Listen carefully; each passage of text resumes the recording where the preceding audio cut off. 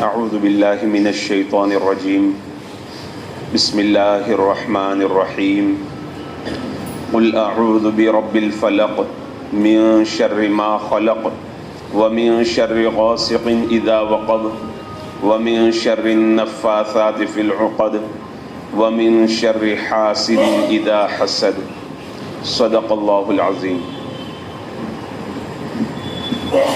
اس سورت کو سمجھنے کے لیے پہلے معنی سمجھنے سے بہتر ہے کہ حضرت نبی پاک صلی اللہ تعالی علیہ وسلم کے زمانے کو سمجھ لیا جائے۔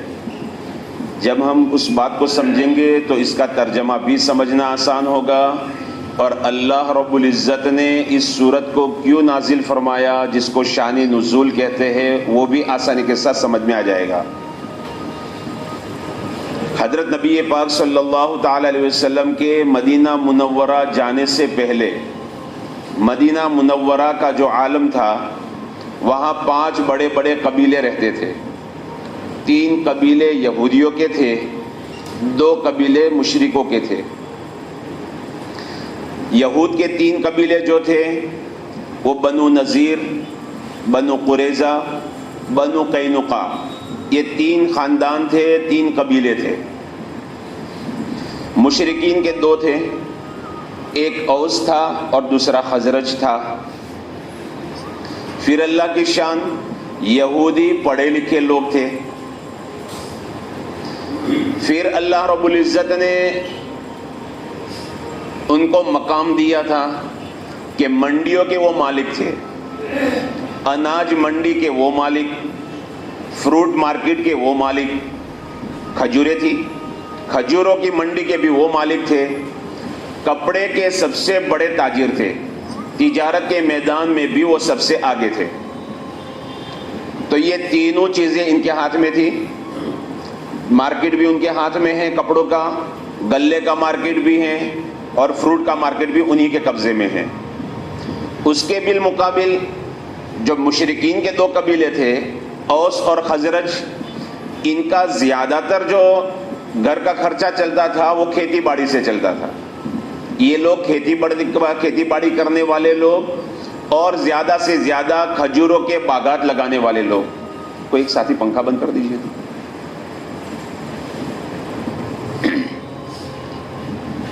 تو یہ لوگ غریب قسم کے لوگ تھے، کسان لوگ تھے، اور وہ منڈیوں کے مالک تھے۔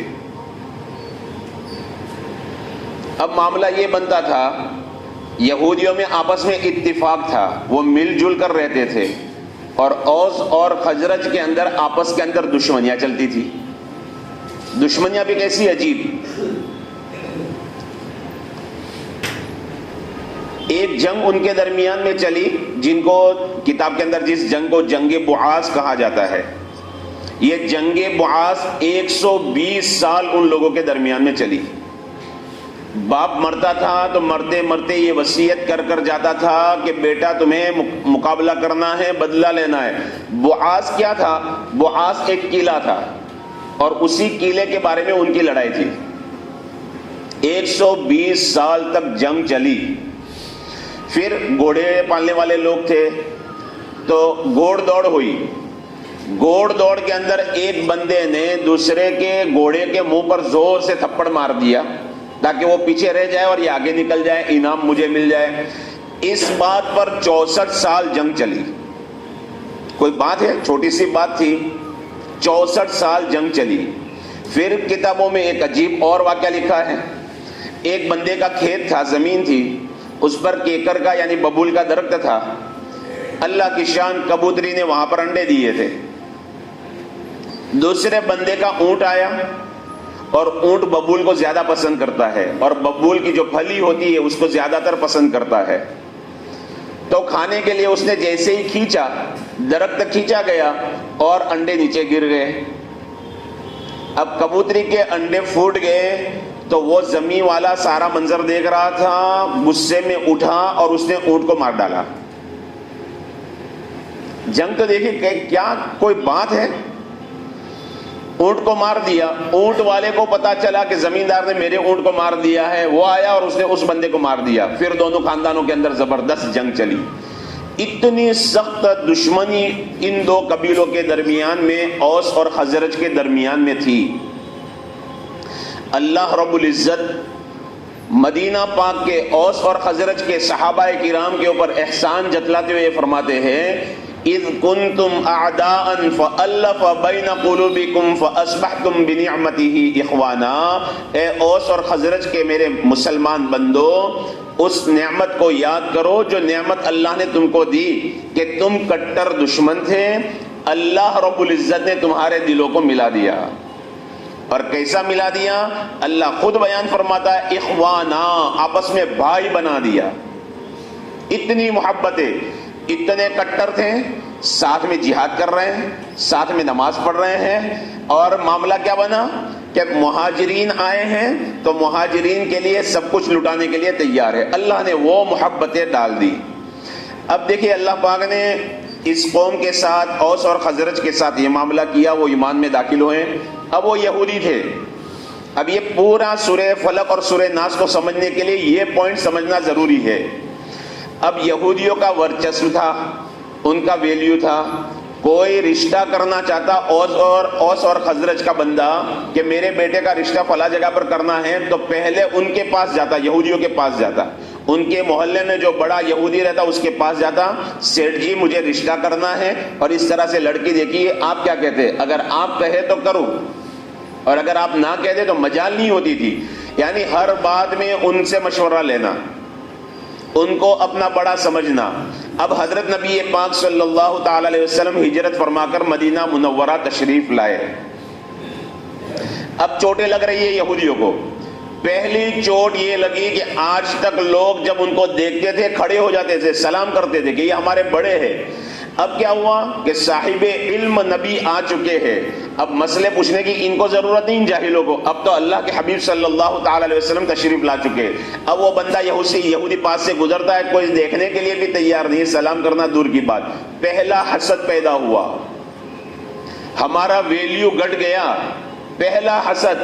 ابھی تک تو ہمارا نام چل رہا تھا, ہمارا سکہ چل رہا تھا, اب تو محمد عربی صلی اللہ تعالی علیہ وسلم تشریف لائے, اب ہمارا سکہ گیا, اب ہمارا نام گیا. تو پہلا حسد جو پیدا ہوا وہ یہاں پر پیدا ہوا.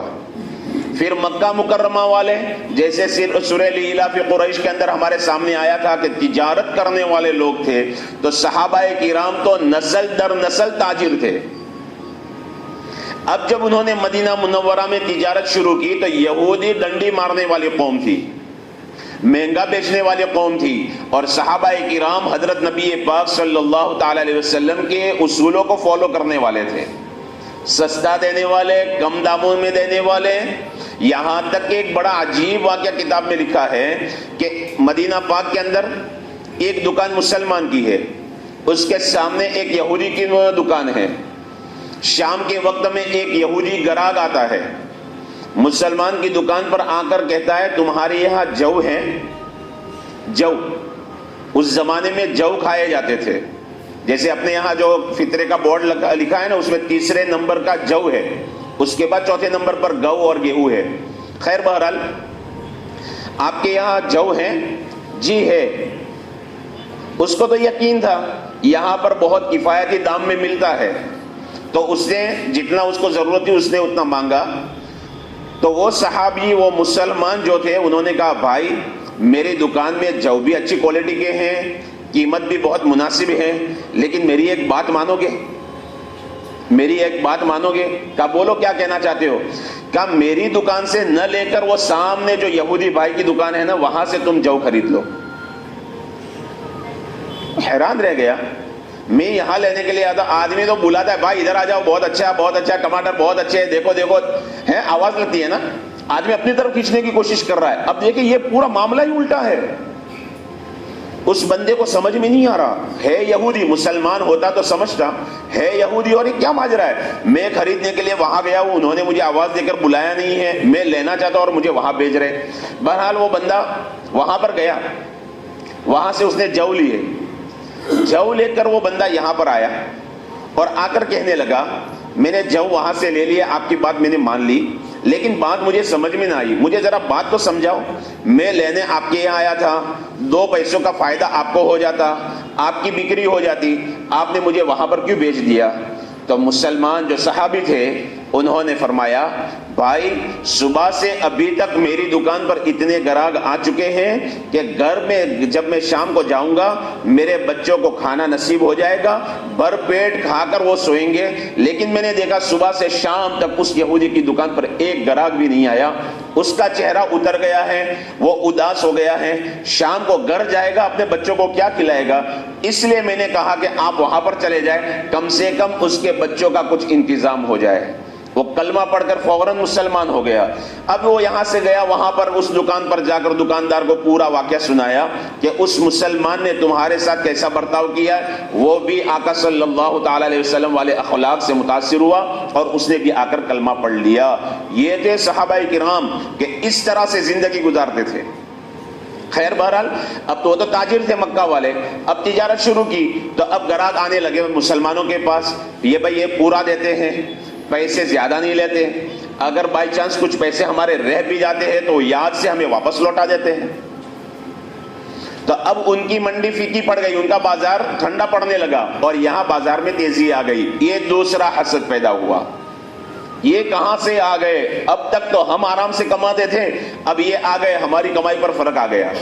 پہلا مسئلے پوچھنے کے لیے آنا بند ہو گیا، اب دوسرا یہ تجارت کا مسئلہ آ کر کھڑا ہو گیا۔ یہ جب چیزیں ہوئی اور تیسرا اللہ پاک نے اوس اور خزرج کو ملا دیا، محبت اللہ پاک نے دین کی نسبت پر نبی پاک صلی اللہ تعالی علیہ وسلم کی ذات کی برکت سے دے دی، تو یہ تیسرا حسد تھا۔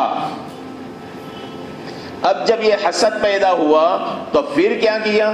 اب کوشش کرو جس کی وجہ سے یہ مسئلہ بنا نا اسی کو ختم کر دو۔ نعوذ باللہ، حضرت نبی پاک صلی اللہ تعالی علیہ وسلم کو شہید کرنے کی بڑی کوششیں کی، یہاں تک کہ خیبر سے جب واپس نبی پاک صلی اللہ تعالی علیہ وسلم تشریف لا رہے تھے، اللہ کے محبوب صلی اللہ تعالی علیہ وسلم کی ایک پیاری ادا تھی، ایک عادت شریفہ تھی، آقا کسی کی بھی دعوت رد نہیں فرماتے تھے، کسی کی بھی دعوت، چاہے غریب سے غریب بندہ ہی کیوں نہ ہو، دعوت رد نہیں فرماتے تھے۔ تو ایک یہودیہ عورت کی طرف سے، زینب نامی عورت تھی، اس کا پیغام پہنچا کھانے کا، دعوت کا۔ آقا صلی اللہ تعالی علیہ وسلم چند صحابہ کرام کو لے کر اس کے گھر پہنچے، گوشت بنا ہوا تھا بکری کا۔ اللہ کے حبیب صلی اللہ تعالی علیہ وسلم نوالا منہ میں رکھتے، اس سے پہلے حضرت بشر بن برا رضی اللہ عنہ ایک صحابی ہے، انہوں نے وہ نوالا کھا لیا، تڑپ تڑپ کر اللہ کو پیارے ہو گئے، اور یہ نوالا میرے محبوب نبی نے منہ میں رکھا تو وہ نوالا بولا حضرت مجھے نہ کھائے، میرے اندر زہر ملا ہوا ہے۔ رحمت دو عالم صلی اللہ علیہ وسلم نے وہ نوالا نکال دیا، لیکن یہ صحابی شہید ہو گئے۔ اتنا حسد ان لوگوں کے اندر بھرا ہوا تھا کہ کسی بھی طرح حضرت نبی پاک صلی اللہ علیہ وسلم کو نقصان پہنچائے۔ کبھی مشورے کے لیے بلا رہے ہیں کہ ہمارے یہاں بہت اہم مشورہ ہے، آقا آپ تشریف لائیں، آپ کی ذات کی برکت سے ہمارا مسئلہ حل ہوگا۔ رحمت دو عالم صلی اللہ علیہ وسلم کو ایک دیوار کے پاس ٹیک لگا کر بٹھا دیں، اور ان بدبختوں کی نیت کیا تھی کہ اللہ کے محبوب ٹیک لگا کر بیٹھیں گے، ایک بندے کو چکی کا بڑا پارٹ، اس زمانے کے چکی کے پارٹ، چکی کا پارٹ لے کر اوپر چڑھا کر رکھا تھا کہ جیسے ٹیک لگا کر بیٹھے ہم باتوں میں مشغول کر دیں گے، اور تو اوپر سے چکی کا پارٹ گرا دینا اور یہ محمد صلی اللہ علیہ وسلم کا خاتمہ ہو جائے گا، نعوذ باللہ۔ اتنی بدبخت قوم تھی، 4 مرتبہ انہوں نے جادو کیا حضرت نبی پاک صلی اللہ تعالی علیہ وسلم پر، لیکن آقا صلی اللہ علیہ وسلم پر کوئی اثر نہ ہوا۔ یہ ایسی بدبخت قوم تھی۔ اب جب یہ حسد ان کے دل کے اندر پیدا ہوا، حسد آ جاتا ہے نا، اور حسد اتنی بدترین چیز ہے، آسمانوں میں بھی سب سے پہلا گناہ حسد کا ہوا، اس دھرتی پر بھی پہلا گناہ حسد کا ہوا۔ پہلا گناہ آسمانوں میں جو پہلا گناہ حسد کا ہوا، آدم علیہ السلام کو بنایا گیا۔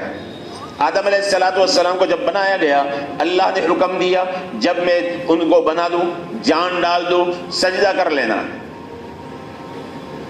ابھی تک شیطان کی چلتی تھی، جیسے یہاں یہودیوں کی چلتی تھی، وہاں شیطان کی چلتی تھی، فرشتوں کا استاد تھا۔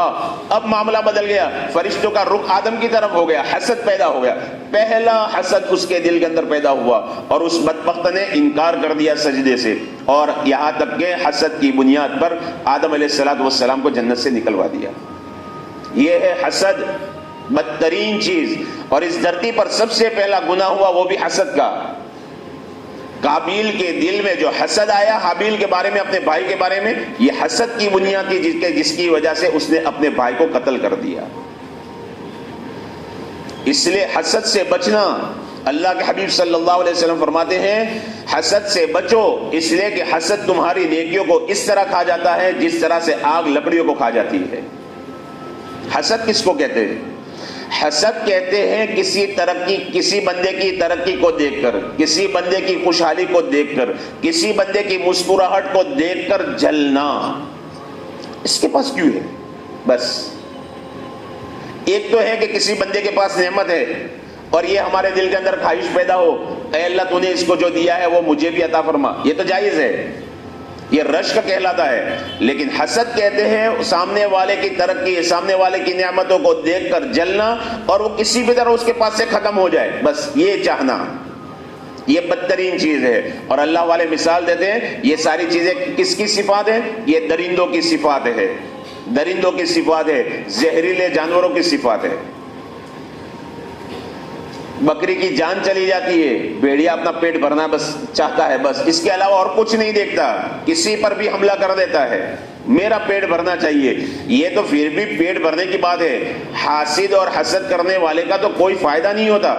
اس لیے اللہ والے فرماتے ہیں حسد کرنے والا سب سے پہلے حسد کی آگ میں خود جلتا ہے، جلتا رہتا ہے، وہ کسی کی طرف دیکھ کر برداشت نہیں کر پاتا۔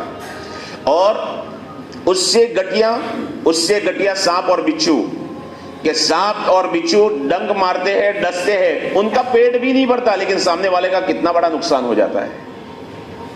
یہ حسد ہے، یہودیوں کے دل کے اندر حسد تھا، اور یہ پہلا گناہ ہے جو آسمانوں میں بھی ہوا اور یہ پہلا گناہ جو زمین کے اوپر وجود میں آیا، یہ بدترین گناہ ہے۔ اسی لیے اللہ پاک نے فرمایا حاسد اذا حسد، ایک حسد دل تک ہے، کسی کی ترقی دیکھی نہیں جاتی پھر بھی آدمی کنٹرول کر لیتا، ٹھیک ہے برداشت نہیں ہوتا لیکن پھر بھی، لیکن جب وہ حسد کو عملی جامہ پہنا ہے کہ پھر اس کو گرانے کی کوشش کرنے لگے، یہ بڑا خطرناک ہوتا ہے، بڑا خطرناک ہوتا ہے۔ دل کے اندر دشمنی آ گئی، حسد آ گیا، اور وقت کا وہ اس علاقے کا بہت بڑا ہے کہ لوگ اس کو بہت مانتے تھے، مدینہ پاک کے اندر منافقوں کا سردار، لیکن حسد آ گیا۔ اس بدبخت نے حضرت نبی پاک صلی اللہ تعالی علیہ وسلم کو کیسی تکلیف پہنچائی کہ رحمت دو عالم صلی اللہ تعالی علیہ وسلم کو 40 دن تک زبردست تکلیف پہنچائی ہے کہ عائشہ صدیقہ رضی اللہ تعالیٰ عنہا پر تہمت لگا دی۔ تو حسد بہت بری چیز ہے۔ بہرحال اللہ پاک اس سورت کے اندر جو بیان فرما رہے، دونوں سورتوں کا خلاصہ ہے، سورہ فلق اور سورہ ناس کا، لیکن دونوں کی فضیلتیں کچھ تھوڑی الگ الگ ہیں، انشاءاللہ کل بھی اس کے اوپر تھوڑی سی بات کریں گے۔ اب اس کے اندر کیا واقعہ ہے؟ واقعہ یہ ہے یہودیوں نے جب حملے کیے، جادو کے 4 حملے کیے، اثر نہ ہوا، خیبر میں جا کر حملہ کیا، کرنے کی کوشش کی، جادو کیا گیا، آقا صلی اللہ تعالی علیہ وسلم پر کوئی اثر نہ ہوا، تو مدینہ پاک کے اندر ایک یہودی تھا جس کا نام لبید بن عاصم تھا، عاصم کا بیٹا لبید تھا، جو جادو کے اندر سب سے بڑا مانا جاتا تھا۔ یہودیوں، خیبر کے یہودی آئے، مدینہ کے یہودی جمع ہوئے اور لبید کے پاس گئے اور کہا بھائی تو سب سے زیادہ جادو جاننے والا ہے، ہم نے تو بہت وار کیے کہ کسی بھی طرح اس ہستی کا نام و نشان مٹ جائے، لیکن ہمارا وار اثر نہیں کرتا، تیرے پاس جادو ہے، لہذا تو کر، تجھے ہم انعام دیں گے، اچھی رقم دیں گے۔ اور وہ سب سے بڑی فیس والا تھا، ہر کوئی بندہ اس کے پاس نہیں جاتا تھا۔ اس زمانے میں 3 دینار لیے تھے، ہمارے نزدیک 3 دینار معمولی ہے لیکن اس زمانے میں بہت بڑی رقم ہوتی تھی۔ 3 دینار لے کر اس نے جادو کا پلان بنایا نبی پاک صلی اللہ تعالی علیہ وسلم پر۔ اس کے لیے اس نے ایک پلاننگ کی۔ کیا پلاننگ کی؟ ایک یہودی بچے کو جس کا نام عبد القدوس تھا، اس کو نبی پاک صلی اللہ علیہ وسلم کی خدمت کے لیے بھیجا کہ یہ آقا کی خدمت کرے گا۔ آقا تو اخلاق والے تھے، بہرحال وہ بچہ وہاں پر رہا، چند دنوں تک نبی پاک صلی اللہ تعالی علیہ وسلم کی خدمت کرتا رہا۔ لبید نے کہا تھا 3 چیزیں لانی ہیں، رحمت دو عالم صلی اللہ علیہ وسلم کے مبارک بال، کنگھی کرتے وقت جو بال نکلتے ہیں، آقا صلی اللہ تعالی علیہ وسلم کے بال کنگھی کے دندانے، وہ ٹوٹ جائے وہ دندانے، اور رحمت دو عالم صلی اللہ تعالی علیہ وسلم کے بدن پر سر کے اوپر جب کنگھی گھمائے گا تو جو تیل اور گرد و غبار وغیرہ جو اس کے اوپر لگا ہوا ہوگا نا وہ میل چاہیے. یہ 3 چیزیں اس بدبخت نے منگوائی. اور یہ لڑکا بھی بڑا چالاک تھا, بڑا شاطر تھا. چند ہی دنوں میں یہ 3 چیزیں جمع کر کے لبید کے پاس بھیج دی. اب اس لبید نے کیا کیا, موم بتی کا مینڈ کا ایک پتلا بنایا حضرت نبی پاک صلی اللہ علیہ وسلم کی شکل کا, اور اس بدبخت نے 11 سوئیاں لگائی الگ الگ جگہ پر. پھر اس کے بعد ایک دھاگا لیا, اس کے اندر رحمت دو عالم صلی اللہ علیہ وسلم کے بال بھی ملائے, اور پھر اس کے بعد اس کے اوپر 11 گانٹھیں لگائی, گرہیں لگائی, اور اس کے اوپر وہ جو تیل کے ساتھ جو گرد و غبار ملا تھا نا وہ اس کے اوپر لگایا, اور پھر اس کو پتلے کے اوپر لپیٹ دیا. ہر گانٹ کے اوپر وہ دم کرتا تھا, خود بھی دم کرتا تھا, منتر پڑھتا تھا. اور اس کے پاس کچھ لڑکیاں تھی جو اس فن کے اندر بڑی ماہر تھی, اور اس نے ٹریننگ دے کر تیار کیا تھا, تو وہ بھی دم کرتی تھی. اس طرح سے اس پتلے کے اوپر وہ دھاگا باندھا گیا. اور مدینہ منورہ سے بہت دور ایک ویران کنواں تھا, ذی اروان اس کنویں کا نام ہے. اس کنویں کے اندر ایک پتھر تھا, پتھر کے نیچے دفن کیا تھا. دفن بھی کس طرح سے کیا, پتلا بن گیا, دھاگا باندھ لیا.